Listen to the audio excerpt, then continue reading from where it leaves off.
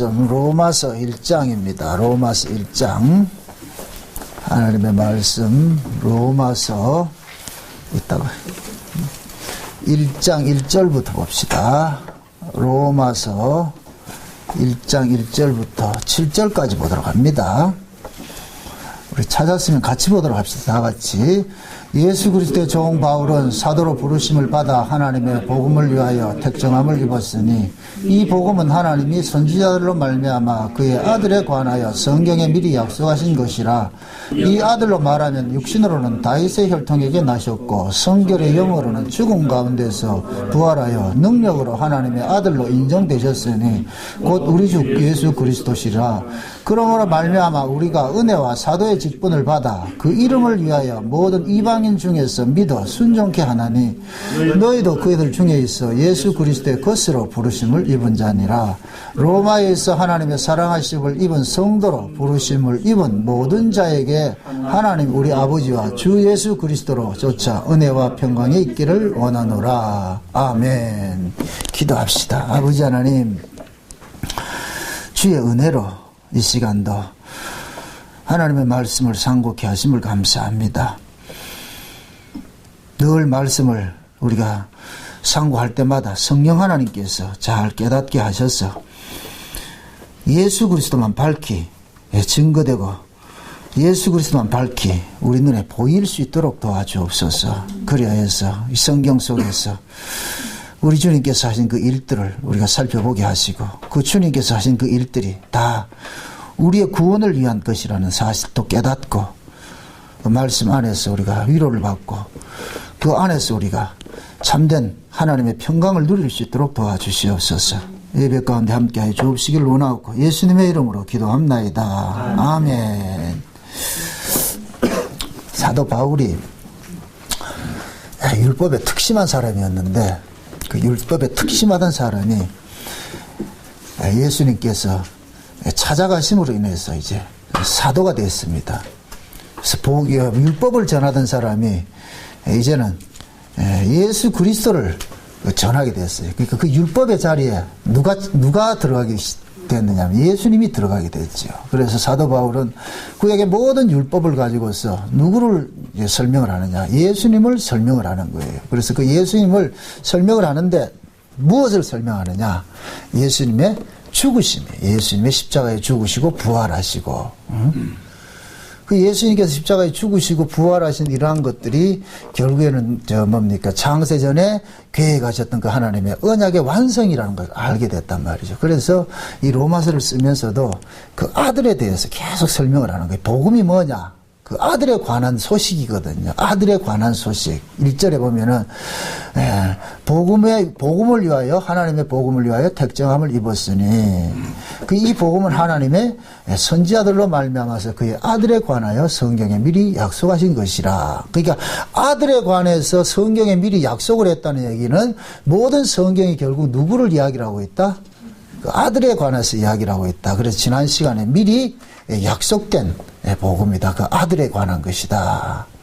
그러면 그 구약의 선지자들이 성령의 감동함으로써 이렇게 증거했던 것들은 결국 신약에 와서 보니까 다 아들 이야기인데 그 아들이 그냥 우연히 온 것이 아니고 미리 성경에 예언된 사람이더라. 그래서 오늘 우리가 살펴본 것은 몇 절에 3절 이하로 보죠. 3절. 이 아들로 말하면은 육신으로는 다윗의 혈통으로 나셨고 성결의 영으로는 죽음 가운데서 부활하여 능력으로 하나님의 아들들이 인정되셨으니 곧 우리 주 예수 그리스도시라.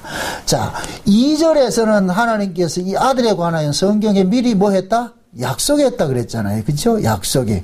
그 약속된 것이 때가 되면 이 땅에서 뭐로 나타났어요? 실제로 나타난 거죠. 실제로.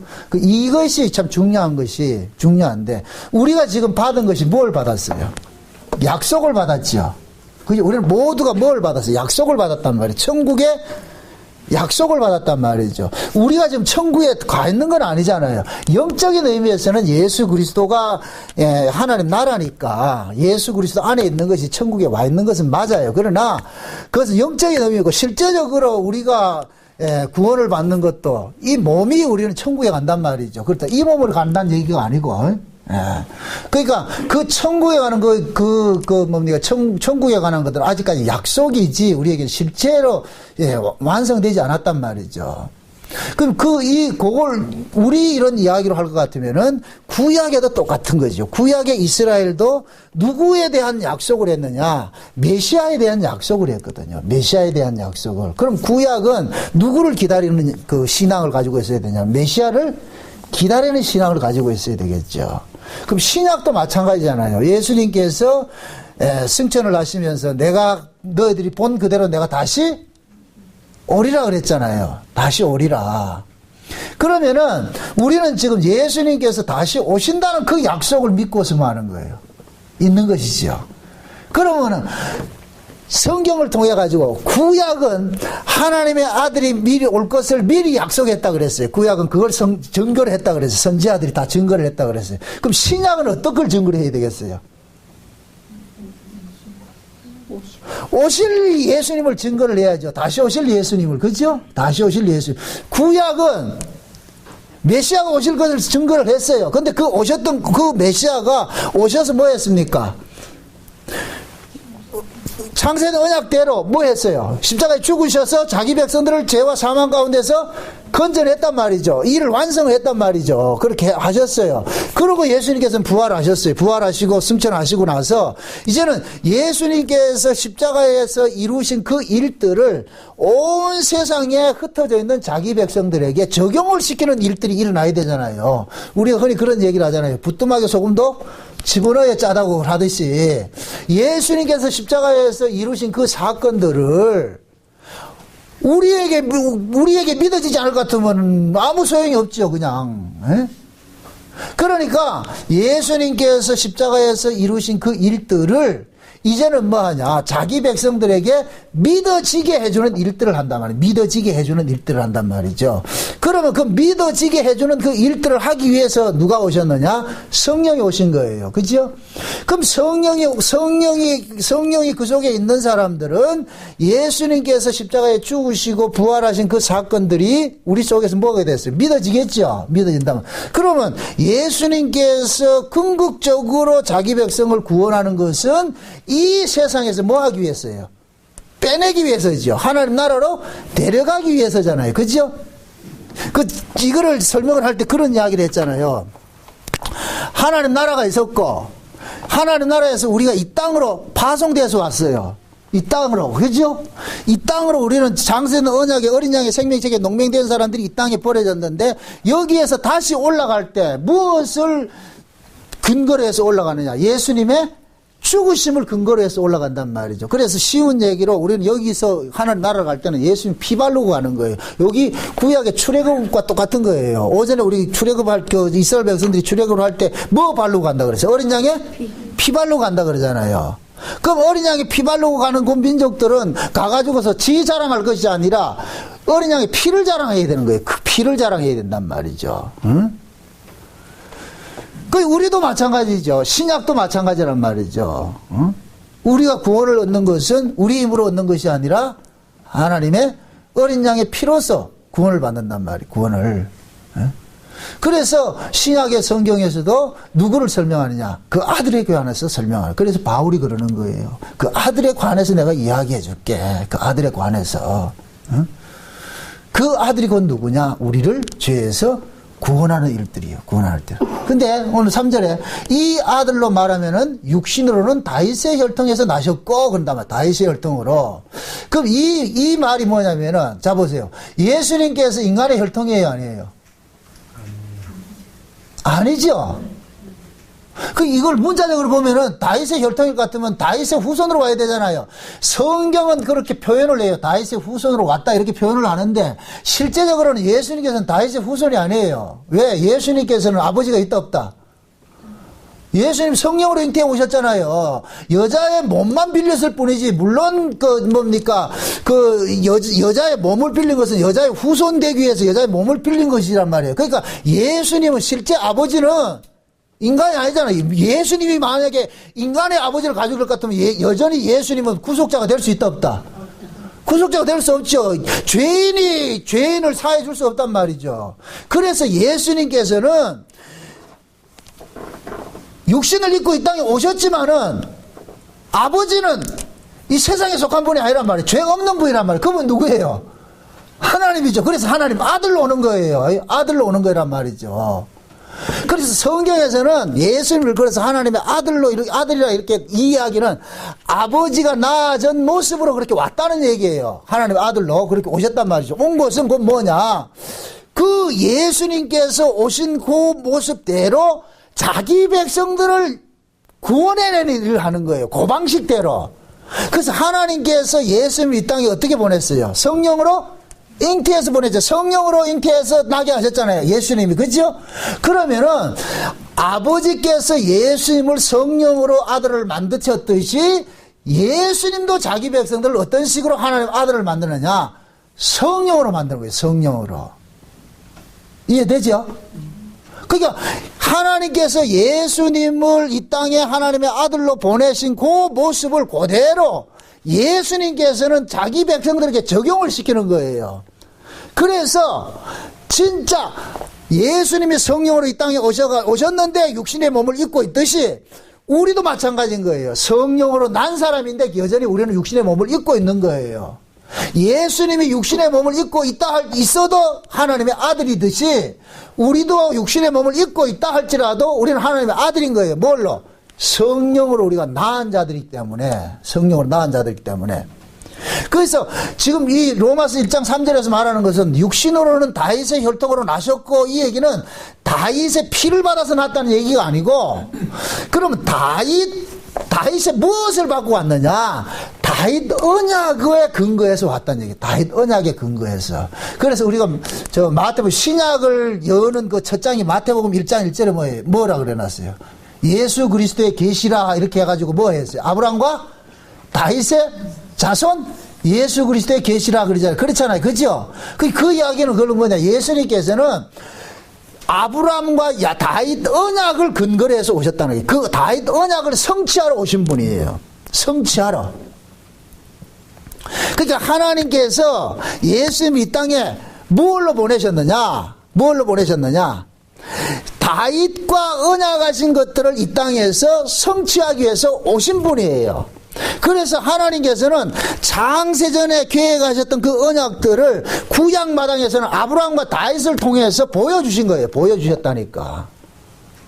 그래서 다윗 속에는 뭐가 담겨 있느냐? 하나님의 언약이 담겨 있는 거예요. 그러니까 아브라함 언약이 어디에서 완성이 됐느냐 하면 구약 시대는 다윗에게 완성이 됐어요. 그래서 다윗은 세 가지 직분을 다 가지고 있어요. 왕이면서 제사장이면서 선지자직을 다 가지고 있는 거예요. 선지자직을 다 가지고 있다고.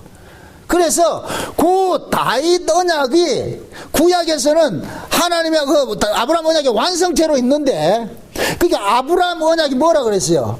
무슨 언약이라고 했어요? 후손을 주는 언약이고 땅을 주는 언약이라고 그랬죠. 그죠? 그러니까 다윗이 왕권을 차지해가지고 뭐를 만들어요? 이스라엘의 통일왕국을 만들어버리죠. 통일왕국을 만들어. 그러니까 다윗이 구약의 이스라엘 백성들을 이스라엘의 그 통일왕국을 만든 것이 이것이 그 신약적으로 올 것 같으면 예수 그리스도 안에서 만유가 통일되는 그런 모습으로 나타난단 말이죠. 그러니까 하나님은 다윗 언약 속에 예수님께서 하실 그 일들을 팁으로 이렇게 담아놨다니까. 담아놨어. 그럼 다윗 언약이 어떻게 이렇게 형성이 됐는지 그 배경을 아셔야 돼요. 사무엘하 7장을 봅시다. 사무엘하를 봅시다. 사무엘하 7장을 한번 봅시다. 7장을.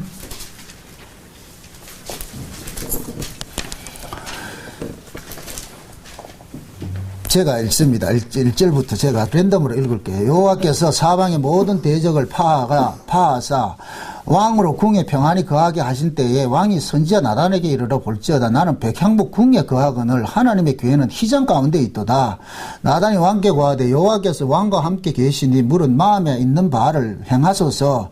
그 밤에 여호와의 말씀이 나단에게 임하여 가라사대 가서 내 종 다윗에게 말하기를 여호와의 말씀이 내가 나를 위하여 나의 거할 집을 건축하겠느냐. 내가 이스라엘 자손을 애굽에서 인도하여 내던 날부터 오늘날까지 집에 거하지 아니하고 대하고 장막과 회막에 거하여 행하였나니 무릇 이스라엘 자손으로 더불어 행하는 곳에서 내가 내 백성 이스라엘을 먹이라고 명한 이스라엘 어느 지파에게서 내가 말하기를 너희가 어찌하여 나를 위하여 백향목 집을 건축하지 아니하였느냐 아니하였느냐고 말하였느냐. 그러므로 이제 내 종 다윗에게 이처럼 말하라. 만군의 여호와께서 이처럼 말씀하시기를 내가 너를 목장 곧 양을 따르는 데서 취하여 내 백성 이스라엘의 주권자로 삼고 내가 어디로 가든지 내가 너와 함께하고 있어 모든 대적을 내 앞에서 멸하여적 세상에서 존귀한 자와 이름같이 내 이름을 존귀하게 만들어 주리라. 넘어가가지고서 12절에 내 수완이 차서 내 조상들과 함께 잘 때 내가 내 몸에서 날짜를 내 뒤에 세워 그 나라를 경고케 하시리니 이는 내 이름을 위하여 집을 건축할 것이요 나는 그 나라 위를 경고케 하리니 나는 그의 아비가 되고 그는 내 아들이 되리니 저가 만일 죄를 범하면 내가 사람 막대기와 인생 채찍으로 징계하려니와. 이 얘기 뭐냐면은 다윗이 지금 통일 왕국을 이루고 나가지고서 자기가 왕궁에 이렇게 있다 보니까 어느 날 갑자기 생각이 나는 거예요. 세상에 내가 이렇게 하나님의 은혜로서 통일왕국을 이루고 나가지고서 있는데 나는 이렇게 좋은 집에 거하고 있는데 하나님의 지금 궤는 법궤는 어디에 있느냐면은 저 텐트 속에 있단 말이죠. 천막에 이렇게 있단 말이죠. 그러니까 양심이 부끄러운 거예요. 그래가지고서 나단 선지자를 부른 거예요. 나단 불러 와봐라. 사실 내가 이런데 나 이 찝찝하다. 내가 참 하나님 은혜로 이렇게 통일왕국 만들어가지고 내가 왕이 돼가 이렇게 살고 있는데 나는 이렇게 편한 집에 살면서 하나님을 저 학구방에 이렇게 가둔다는 게 도저히 양심상 내가 안 된다. 그러니까 나단이 하는 얘기가 왕이 하나님하고 자꾸 소통되잖아요. 그러니까 하나님하고 물어보소 한번. 그렇게 하고 왔는데, 그 밤에 하나님께서 나단에게 꿈에 나타난 거예요. 나타나가지고서, 다윗이 전마가 지금 내 집을 짓는다고 그러는데, 야, 이놈아, 내가 내 집을 지을 것 같으면 벌써 지었지. 내가 뭐가 아쉬워가지고 너희들 손에 짓겠냐. 이 만물을 내가 만들었는데, 응? 그래서 가가지고 일러주라 그래요. 다윗에게 뭐라 일러주느냐. 네가 내 집을 짓는 것이 아니고 내가 네 집을 지어줄게. 그러면서 뭐 하느냐. 네 몸에서 날 아들이 나오는데 그 아들이 나면은 하나님께서 그 아들의 위를 견고하게 만들어줘 가지고서 네가 낳은 그 아들을 내 아들 삼아줄게. 이렇게 약속을 했단 말이죠. 그러니까 다윗이 낳은 그 아들이 곧 누구 아들이 된다? 하나님의 아들이 되죠. 그죠? 그러면은 하나님께서 다윗에게 약속한 것은 그 다윗의 집을 다윗의 힘으로 지금 세우는 집이에요. 하나님께서 세우는 집이에요. 하나님께서 세우는 집이죠. 그죠? 그러니까 하나님께서 세우는 집에 거할 아들은 하나님의 방식으로 낳아주는 것이 다윗 방식으로 낳아주는 것이 아니에요. 그러니까 그 이야기가 곧 뭐냐면은 예수님께서 다윗의 후손으로 오셨다 이렇게 표현을 하는 거예요. 그러니까 다윗의 아들이 누구였어요? 솔로몬이죠. 솔로몬. 그죠? 그 솔로몬이 진짜 솔로몬을 일컬어가지고 지금 좀 문자대로 할 것 같으면 하나님의 뭐가 돼요? 아들이 되죠. 솔로몬 하나님께서 솔로몬 하나님 아들이 되죠. 그런데 실제 솔로몬이 하나님의 아들입니까? 신약으로 와보니까 예수님이 하나님의 아들이에요.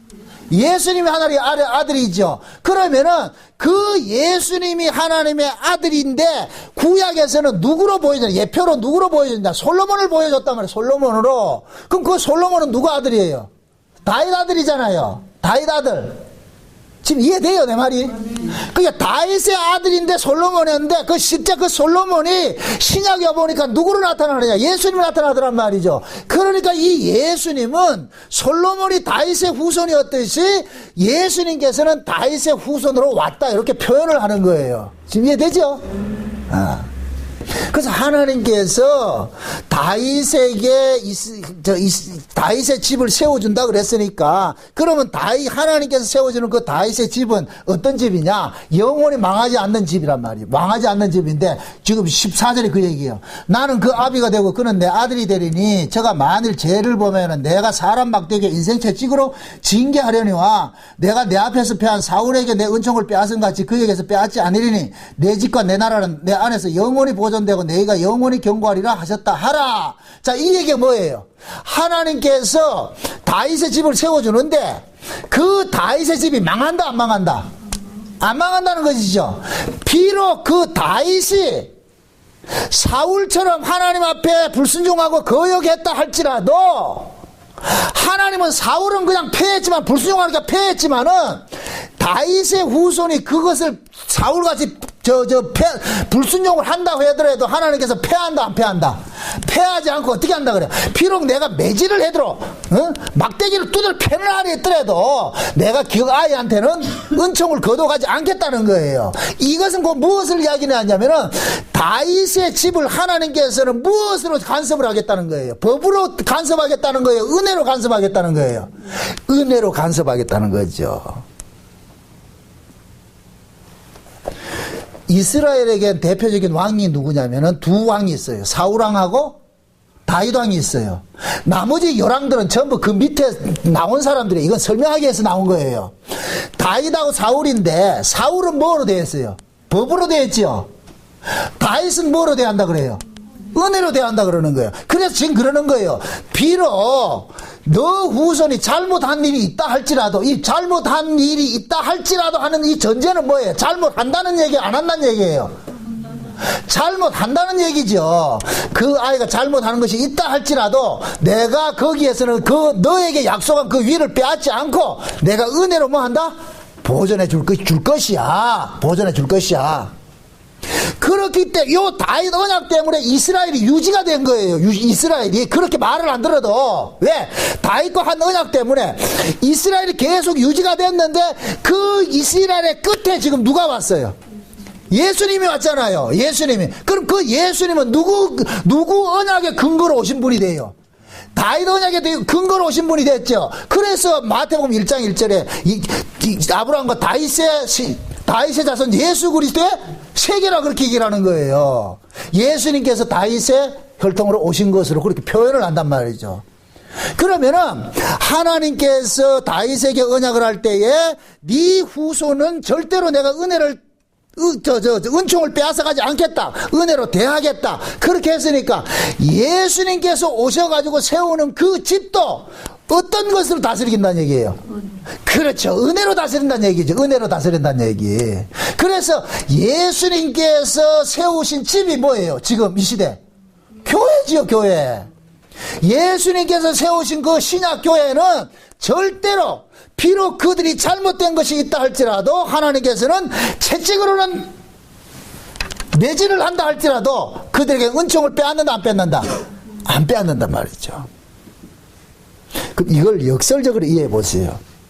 역설적으로 이해할 것 같으면은 신약의 교회들이 고난을 많이 받을까요? 안 받을까요? 받지요, 당연히. 그 고난이 무엇으로 해서 주어지는 고난이에요? 초대교회에 성령이 임하고 나가지고서 예루살렘 교회가 엄청 부흥을 하지요. 부흥을 하고 났는데 부흥되고 나니까 교회가 무슨 짓을 했어요? 히브리파 헬라파 뭐 했어요? 쌈박질을 하죠. 그러니까 하나님께서 어떻게 해요? 그들을 뭐 해요? 흩어버렸죠. 다 흩어버렸죠. 흩어버린 그것들이 교회가 뭐냐? 고난 속에 하나님께서 일부러 뭐 했는 거예요? 던져놓는 거예요. 다윗 언약식으로 할 것 같으면 지금 뭐 가지고 때리는 거예요? 막대기로? 두들겨 패는 거예요. 다윗 언약으로 세워진 그 집은 하나님께서 은혜로 세워지는 것이잖아요. 은혜로 세워지는 것일 것 같으면은 그 은혜 집에서 다툼이 있어야 돼요? 없어야 돼요? 다툼이 없어야 되죠. 근데 다툼이 있다는 이 얘기는 지금 그들이 은혜를 안다 모른다? 모르고 있잖아요. 교회 안에서 분란이 왜 생기느냐? 분란이 생기는 이유는 반드시 힘과 힘이 충돌을 할 때 분란이 생긴다니까. 힘과 힘이 충돌을 할 때 니 잘낸다 내 잘낸다 할 것 같으면 반드시 여기에 뭐가 생기냐? 분란이 생긴다니까. 그럼 교회가 은혜로 부르심을 입은 자들이 모인 곳이 교회인데 너도 불렀고 나도 불렀을 것 같으면 자기 힘을 자랑할 게 있다 없다? 없죠. 그럼 진짜 교회는 분란이 생겨야 돼요? 안 생겨야 돼요?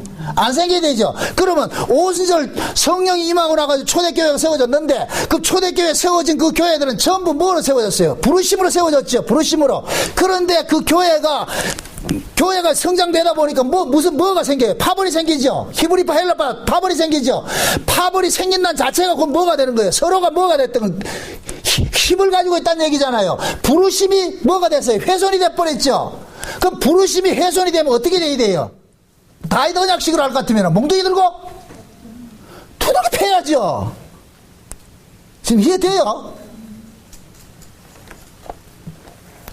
예수님께서는 다윗 언약에 따라서 오셨는데 그 예수님은 누구 모습이냐? 솔로몬 모습이란 말이에요. 솔로몬 모습.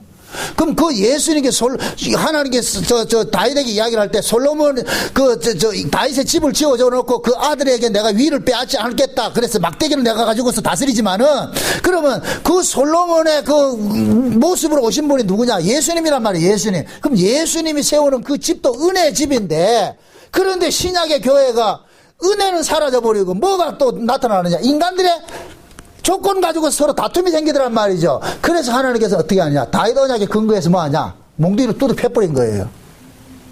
그러니까 매맞는 그것이 곧 뭐냐? 하나님의 뭐가 되느냐? 사랑이 되는 거예요. 내가 너 언약대로 내 너 다스리고 있다 이거예요.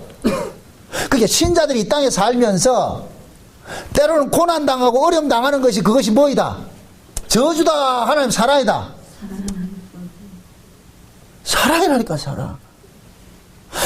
우리는 사랑 이러면 무조건 잘못해도 용서해 주는 것이 사랑이라 그러잖아요. 사랑이라는 것은 무조건 용서하는 게 사랑이 아니에요. 사랑하기 때문에 매질하는 거예요. 사랑하기 때문에. 그러나 사랑하기 때문에 매질을 하는데 매질을 하는 이유는 뭐예요? 내가 너를 버리지 않겠다는 증거가 매질로 나타나잖아요. 매질로. 진짜 버릴 것 같으면 매질할 필요 있다 없다? 아, 오늘 왜 이리 어렵나 지금. 진짜 버릴 것 같으면 매질할 필요가 없는 거예요. 상대를 안 한다니까 그냥 차버리지 이렇게 돼버리지. 매질을 한다는 얘기는 사랑한다는 얘기거든요. 그러니까 초대교회 하나님께서 예루살렘에 큰 환란을 일으켜가지고서 산지사방을 흩은 것이 결국 뭐예요? 이게 하나님의 뭐이다? 사랑이라는 거 사랑. 그래서 신자는 이 땅에 살면서 자꾸만 어떤 어려움들을 겪는 그것이 곧 뭐냐? 하나님 사랑이라니까. 그게 신자는 그 어려움을 겪으면서 반드시 누구를 찾게 되느냐 하면 하나님을 찾게 돼 있어요. 하나님을 찾게 돼 있다. 그게 신자라니까. 두 가지가 있어요. 똑같은 어려움을 겪는데 한 사람은 멀리 갔더니가 나오고 한 사람은 하나님 품으로 파고들어요. 파고든다니까. 파고드는 그 사람이 하나님 백성이라니까. 멀리 도망가는 건 하나님 백성이 아니고. 그래서 예수님께서 이 땅에 오신 것이 다윗 언약을 따라서 오셨고 다윗 언약을 완성하는 분이 예수님인 거예요. 예수님. 그런데 그 다윗 언약으로 오신 그 예수님이 우리가 생각할 때는 다윗의 후대로 왔으니까 예수님께서도 인간이다 이렇게 생각하는데 예수님께서는 인간이 아니라는 것을 이 본문이 설명해 주는 게 또 뭐냐? 성경의 영어로는 다시 보세요. 본문 다시 보세요. 오늘 본문 1장 다시 보세요. 1장 로마서 1장 4절 보세요. 4절 3절에 보니까 이 아들로 말미암아 육신으로는 다윗의 혈통으로 나셨고 해난 없고 성결의 영으로는 죽은 자 가운데서 부활하심에 하여 능력으로 하나님의 아들로 인정되셨으니 이 얘기는 뭐냐면은 예수님께서 십자가에 죽으셨잖아요. 죽으시고 부활을 했지요. 그죠? 부활을 했지요. 요 얘기는 뭐냐? 예수님께서 성령의 능력으로서 부활을 한 거 보니까 이 예수님은 육신적인 다윗의 아들이 아니고 하나님의 아들이라는 것이 증명이 됐다 이 얘기예요. 이 말이 이해돼요? 예수님께서 하나님의 아들이라는 것을 어떻게 증명을 했느냐? 죽었다가 부활하는 것으로 증명을 한 거예요. 그러면 예수님께서 죽었다가 부활을 한 것은 예수님께서 죄인이다, 죄 없는 분이다, 죄 없는 분이라는 걸 지금 증명을 하고 있는 거예요. 죄인은 죽으면 부활을 하면 안 돼. 죄인은 죄 없는 자만 부활이 된단 말이죠. 예수님께서 만약에 십자가에 죽으셔가지고 무덤 속에 갇혔을 것 같으면은 예수님이 우리의 구세주가 될 수가 없어요. 하나님의 아들이 아니라니까. 예수님이 하나님의 아들인 것을 어떻게 증명하느냐? 죽었는데 살아났어. 왜 살아났어요? 죽음이라는 것은, 이 사망이라는 것은 뭐만 가둬요? 죄인만 가두잖아요. 죄인만 가둔단 말이죠. 그런데 사망이 예수를 가두지 못하는 걸 보니까 예수는 죄인이다, 죄인이 아니다. 죄인이 아니다. 그럼 죄인 아닌 사람이 누구예요? 하나님 아들이죠. 이해돼요? 만약의 경우에 예수님께서 다윗의 혈통, 진짜 다윗의 피를 받고 왔을 것 같으면 예수님 죽으면 부활 못한다니까. 예수님께서는 비록 다윗의 후손이라 하지만은 다윗 언약을 성취하기로 오셨는데, 그 다윗 언약으로 성취하신 분이 누가 하느냐? 이 다윗 언약은 누가 완성하느냐? 하나님이 완성을 하는데, 그 하나님으로 오신 분이 누구냐? 예수님이란 말이죠. 예수님. 그래서 다윗 언약은 누구에게 완성이 됐어요?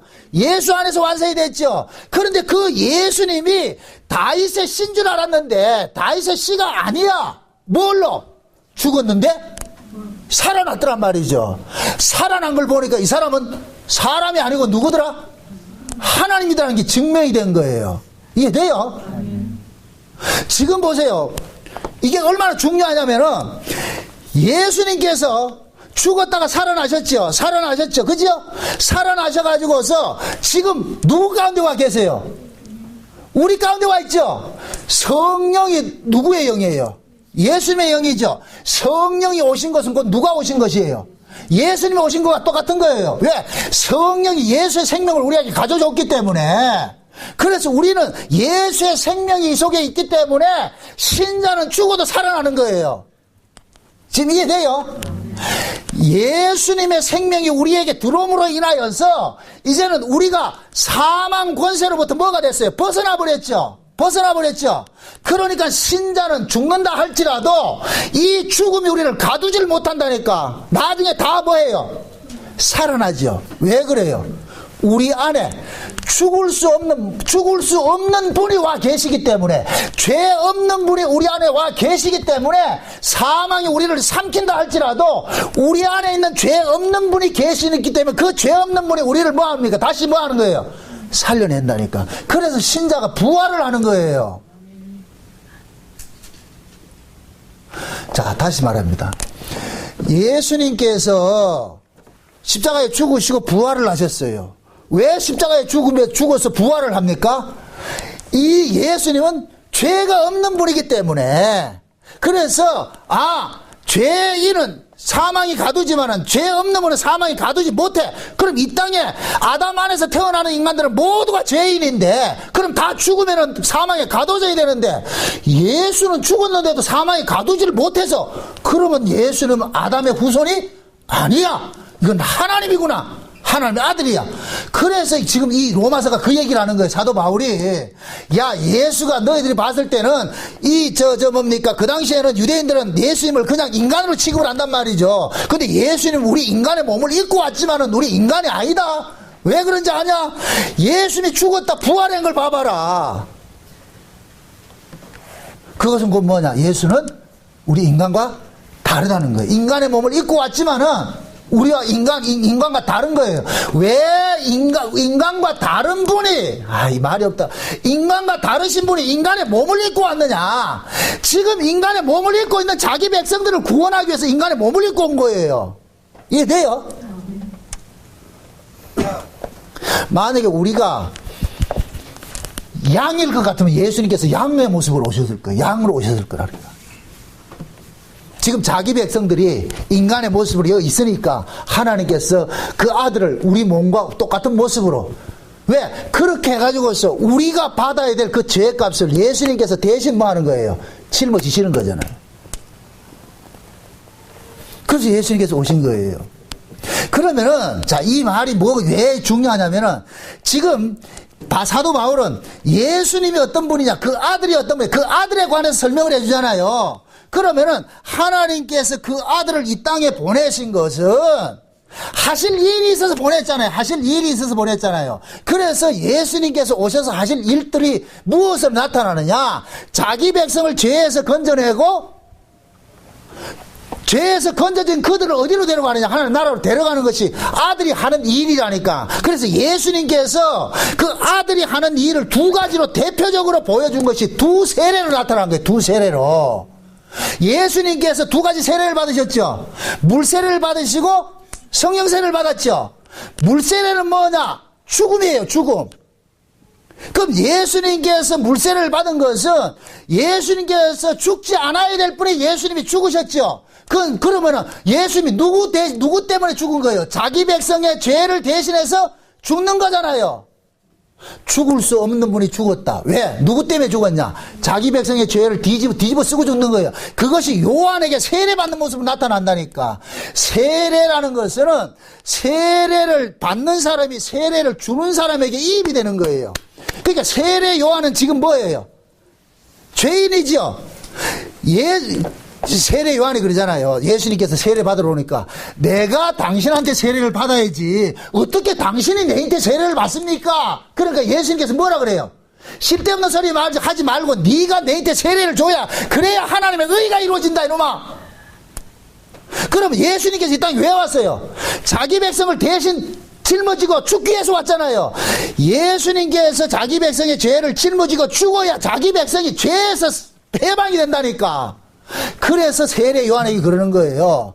세례 요한이 누굽니까? 율법과 선자의 마지막이죠. 그럼 그것은 곧 뭐냐? 세례 요한은 모든 구약의 율법을 대신하고 있고 구약의 유대인들을 대표로 하고 있는 거예요. 그러면 세례 요한이 예수님에게 세례를 줌으로 인하여서 세례 요한의 그 죄가 누구에게 전가가 되느냐면 예수님에게 전가가 되는 거예요. 예수님에게. 그러면은 예수님께서 십자가에 죽으신 것은 세례 요한의 죄를 뒤집어 씌고 죽는 거예요. 그럼 그 세례 요한을 누구를 대표한다 그랬어요? 구약 이스라엘을 대표한다 그랬잖아요. 그럼 구약 이스라엘이 누구예요? 하나님의 백성들이잖아요. 이해돼요? 예수님께서 십자가에 죽으시고 그게 구약의 이스라엘을 대표하는 모습으로 세례 요한에게 세례를 받는 거예요. 그럼 세례 요한 속에는 구약의 이스라엘만 들어가 있는 것이 아니고 누가도 다 들어가 있는 거예요. 자기 백성들이 몽땅 다 들어가 있는 것이죠. 그래서 우리가 세례를 받는다니까, 물세례를 받는다니까. 예수님께서 그러잖아요. 마지막으로 예수님께서 제자들에게 부탁한 것이 딱 두 개밖에 없어요. 뭐라 그래요? 막 천하만국에 가가지고 내 이름으로 뭐 하라 그래요? 세례를 주라 그래요. 세례를 주라 그러잖아요. 세례를 주라는 그 이유는 뭐겠어요? 너희들 죄를 예수님께서 뭐 했다? 대신 짊어지고 갔다. 짊어지고 갔다. 그럼 예수님께서 물세례를 받으신 것은 우리의 죄를 뭐 한다? 없애는 것이죠. 창세전 언약이 에베소 1장에 볼까 하면 창세전 언약의 내용이 뭐예요? 자기 백성이 지금 죄 아래 가둬져 있는데 죄 아래 가둬져 있는 자기 백성들을 죄 없이 만들어서 어디로 데려가는 것이 목적이에요.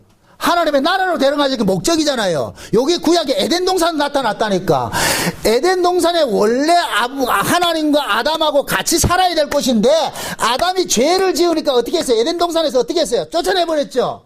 그럼 이 얘기는 결국 뭐예요? 에덴 동산에는 죄인은 산다 못 산다? 못 살지요. 근데 하나님께서 아담을 만든 것은 원래 왜 만들었어요? 하나님과 같이 살기 위해서 만들었는데 아담이 범죄하고 나니까 쫓아내버렸어요.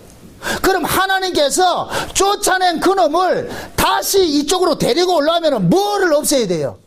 죄를 없애야 되잖아요. 죄를 없애야 되잖아요. 그런데 아담이 범죄한 것은 아담이 지가 그 죄값을 받는다고 해서 없어진다 안 없어진다? 안 되죠. 그래서 하나님께서 뭐하냐? 죄 없는 분을 에덴 동산에 있던 죄 없는 분을 보내는 거예요. 이게 누구냐? 예수님이라면 예수님이 오셔가지고서 아담의 죄를 대신 짊어지고 나가지고서 아담을 죄 없는 자로 만들어버리는 거예요. 죄 없는 자로. 그럼 아담이 이제 죄 없는 자가 될 것 같으면 다시 에덴 동산으로 돌아갈 수 있는 뭐가 되는 거예요?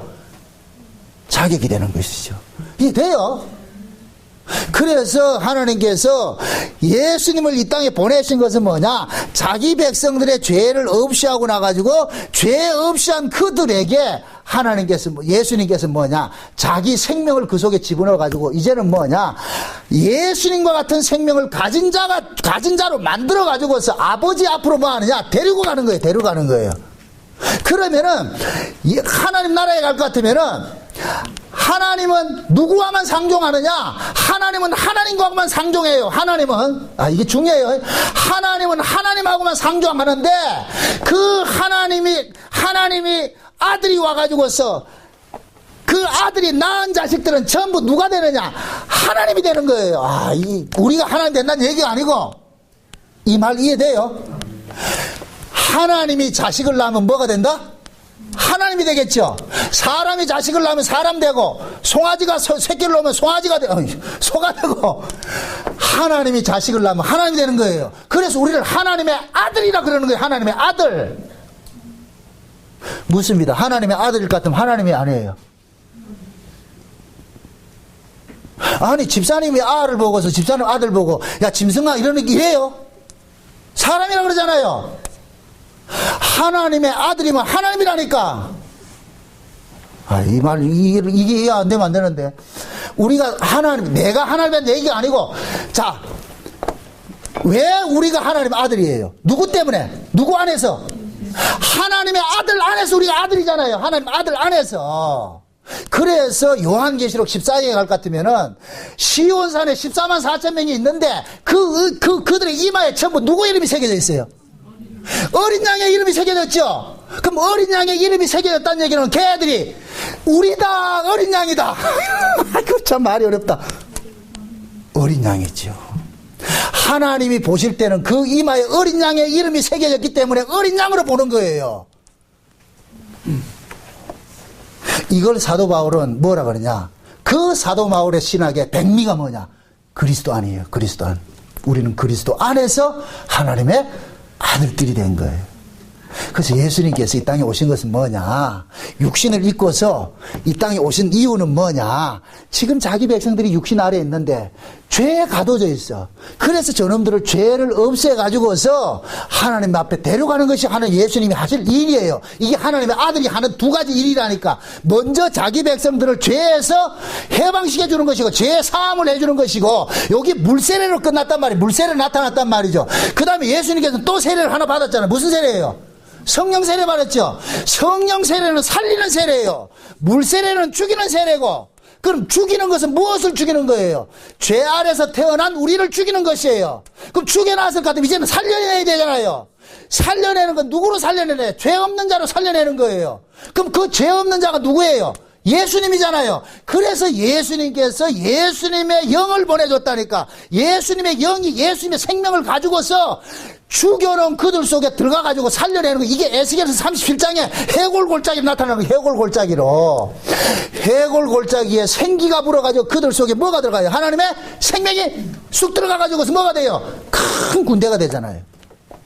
이해돼요?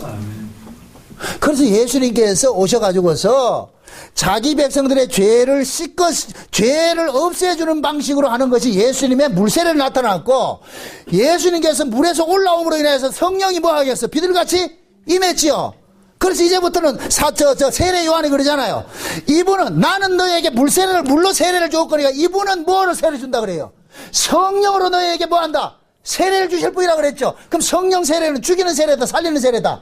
살리는 세례죠. 성령 살리는 세례라니까. 그래서 예수님께서 성령으로 우리 가운데 오셔가지고서 우리를 전부 뭐 하느냐?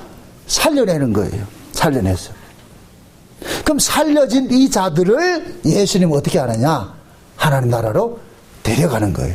그럼 우리는 하나님 나라에서 천국에 가가지고서 하나님과 뭐 하느냐? 하나님의 아들로서 하나님과 뭐 하는 거예요? 교제하는 거예요. 사귐을 갖는 거예요. 이게 천국이라니까. 이해돼요? 그래서 천국을 일컬어서 아들의 나라라 그러는 거야. 아들의 나라. 응? 아들이 아니면 천국에 못 가. 그럼 그 아들은 누구냐? 예수 안에서 난 자들이 아들인 거예요. 생물학적으로 남자 이거 아니고 예수 안에서 난 자들. 응? 지금 바울이 그걸 얘기를 해주고 있는 거예요. 그걸 얘기를 해주고 있다니까. 응? 그분이 죽었지만은 그분은 뭐냐? 죄가 없는 분이다. 죄가 없다는 것을 뭘로 증명할 거냐? 부활한 것으로 증명했다. 그러면은 죄 없이 죽을 수 없는 분은 누구냐? 하나님 아들밖에 없다. 바로 그러니까 예수님이 하나님의 아들이다. 근데 그분이 왜 왔느냐? 육신을 입고 왜 왔느냐? 하나님 아들이 왜 왔냐? 하늘에 있지 않고 온 것은 뭐냐? 자기 백성들의 머리 위해서 자기 백성들의 죄값을 대신 담당해서 죽으시고, 죽은 그들을 뭐 하냐? 죄 없는 자들에게 뭐 하느냐? 뭐를 주는 거예요? 생명을 주기 위해서. 아담과 하와가 에덴 동산에서 쫓겨난 것은 선악과를 먹어서 쫓겨난 것이 아니고 생명과를 안 먹어서 쫓겨난 거예요. 쉬운 얘기로. 생명과를 먹고 나가지고 선악과 먹어도 안 죽어요. 왜 그러냐면 생명과가 뭐 하는 거예요? 영생하는 거라니까. 생명과를 영생하는 것이기 때문에 생명과를 먹은 사람은 죽을 수가 없어. 생명을 가진 사람, 영생하는 사람은 생명을 먹으면 안 죽는, 선악을 먹어도 안 죽어요. 그게 누구냐? 예수님이라는 게 예수님. 예수님은 영생하는 분이에요. 영생하는 분에게는 선악이라는 죄 개념이 있다, 없다? 없지요. 그래서 예수님께서 하시는 일은 죄가 없는 거예요. 예수님께서 욕을 하고 성전을 뒤집어 엎어도 죄가 안 된다니까. 왜 그래요? 예수님은 죄가 없는 분이기 때문에 이걸 반대로 말해가지고 우리가 하는 것은 의가 안 돼요. 왜 그래요? 죄인이기 때문에. 이해가 되죠?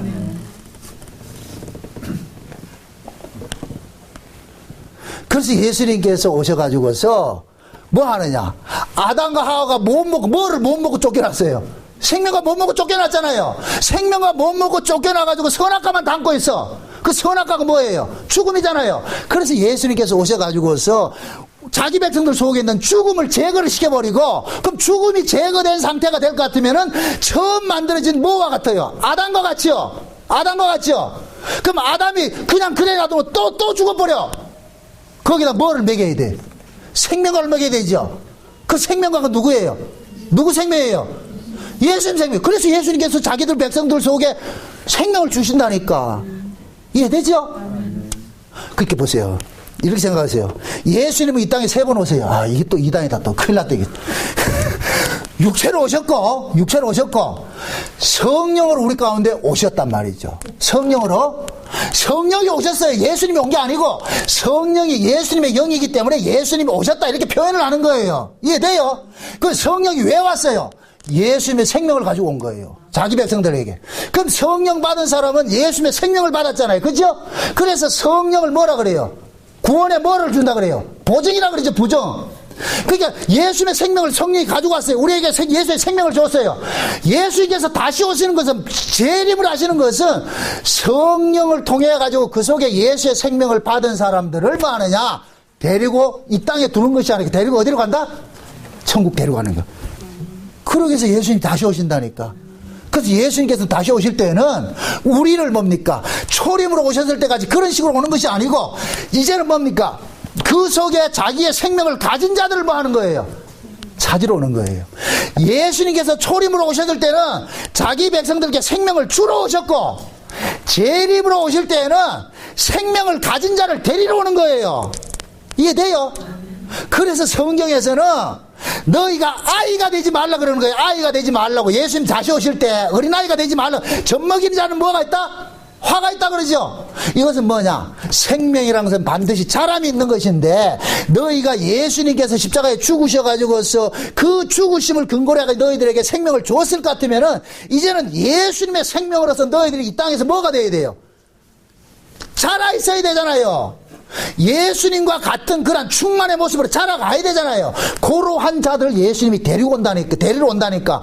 그렇게 예수 안에서 충만한 자로 자라간 자가 누구냐? 예수님의 신부라 그러는 거예요. 신부.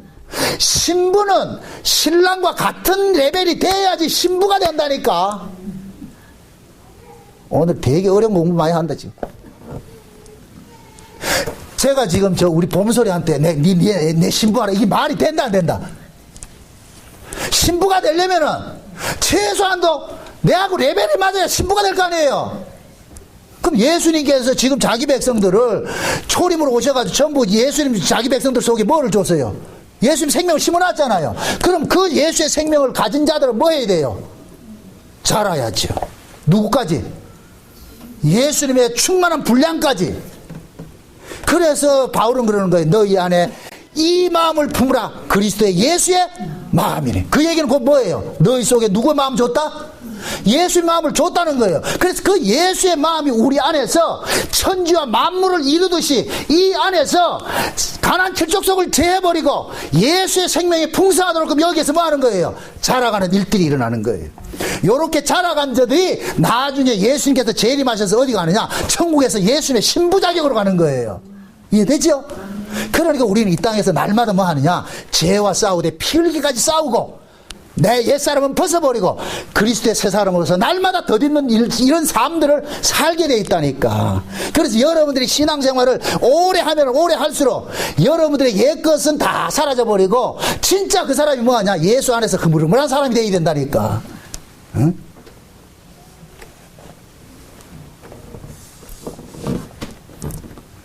할 말이 없어지고 말이죠. 내가 하나님 앞에 받은 은혜가 너무나도 크고 내가 용서받은 게 너무나도 크기 때문에 뭐 하느냐? 이해하고 용서하고 그냥 그 자리로 나가는 거예요. 관용의 자리로 나아가는 거예요. 그게 성령의 열매라 그러는 거예요. 성령의 열매. 그래서 성령이 우리 가운데 오신 것은 우리 안에서 성령의 열매를 자꾸만 맺도록 하는 거예요. 맺도록. 응? 그래서 베드로후서 2장에 볼 것 같으면은 믿음의 덕에 지식의 절제 인내 경건에 뭐 형제 우애를 더하라 그러잖아요. 결국 뭐예요? 믿음이 어디까지 나가야 되는 거예요? 형제 사랑까지 나가야 되잖아요. 그 사랑이 고마하냐? 천국은 사랑하는 데니까. 그 사랑은 누가 하느냐? 신랑과 신부가 돼야 살아야 된다니까. 그럼 그 일을 하기 위해서 성령이 우리 가운데서 부단히 뭐 하고 있어요? 지금도 일을 하고 있죠. 믿음의 경건에 형제. 그게 나온다는 믿음의 덕에 지식에. 지금 우리가 그 과정을 겪고 있는 거예요. 이 일을 우리가 한다, 성령께서 하신다. 성령님께 해가시죠. 여러분들이 요만큼이라도 조금 사람 냄새가 나는 거는 사람 냄새가 나는 거는 성령께서 그렇게 간섭했기 때문에 사람 냄새가 난다니까. 그래서 초신자하고 신앙생활 오래 한 사람하고는 벌써 이게 풍기는 게 다르다니까. 풍기는 게 냄새가 달라요. 냄새가. 신앙생활 오래 했다면서 초신자가 같이 아가거리고 그럴 것 같으면 그 문제 있다니까. 그래서 교회 안에는 신앙생활 오래 하고 믿음 좋은 사람들이 걸레같이 봉사하는 거예요. 자기 거 다 내놓고 바보같이 말이죠. 남들 안 하는데도 지 혼자 우직하게 하는 거예요. 우직하게. 우리 김순남이 같이 말이죠. 응? 남들은 다 안 해도 혼자서 하려고 그러고 막 이렇게 하는 모습이 그게 곧 뭐냐? 그만큼 하나님께서 뭐하냐? 우리 안에 있은 뿌리들을 제거해버리고 녹아지게 만드는 거예요. 그 자리로 나가게 하는 거예요. 그 자리로. 응? 교회 안에 장로 권사 돼가지고서 뺀돌거린다. 그건 문제 있는 거예요. 그거는 그 신앙이 지금 안 자라는 거예요. 여러분도 비슷해. 아를 키우는데 아가 안 크면 부모가 어때요? 아이가 낳을 때는 그것이 기쁨인데 그 기쁨이 이 아이가 성정에 가는 것을 전제를 했을 때 기쁨이잖아요. 근데 그 아이가 10년이 가도 맨날 젖꼭지 물고 있을 것 같으면 그거 키우겠어요, 그거? 신앙이라는 것은 그래서 날마다 우리가 뭐하냐? 교회 와가지고 정과 욕심이 못 봐가지고 죽어지고 옛사람이 죽어지고 그래서 그리스도의 사람으로서 변화돼서 그러면서 섬기고 봉사하는 것은 나타나는 거예요. 그게 이게 아무나 되는 게 아니고 초신자 보고 뭐 하라 같으면 자기 의욕으로는 할 수가 있겠죠. 그럼 며칠 못 간다니까. 그 제가 그러는 거예요. 신앙생활 최소한 한 3년은 겪어봐야 한다고. 3년은. 처음에 교회 올 것 같으면 잘해요. 인간은 다 그 각오가 있기 때문에 아주 잘해요. 그런데 다 하다 보면 눈치를 본다니까. 나만 이렇게 하네. 저 인간들은 안 하네. 그럼 시비지 내려놓는다니까. 그게 결국 자기 본질이 드러나는 거죠. 사람 눈을 의식하니까 못하지요. 하나님 은혜를 생각해 보세요. 사람을 보든 안 보든 내가 받은 은혜가 있으니까 하는 거예요. 그러니까 하나님께서 우리를 그 자리로 끌고 간다니까. 그 자리를 끌고 갈 때마다 우리는 뭐가 돼요? 겉사람은 뭐가 돼요? 후패해지죠. 응? 그 교회에서 여러분들 섬기고 봉사한다는 건 보통 실력이 아니라니까. 이건 아무나 되는 게 아니란 말이죠. 은혜 받은 사람만 할 수 있는 거예요, 이게. 응?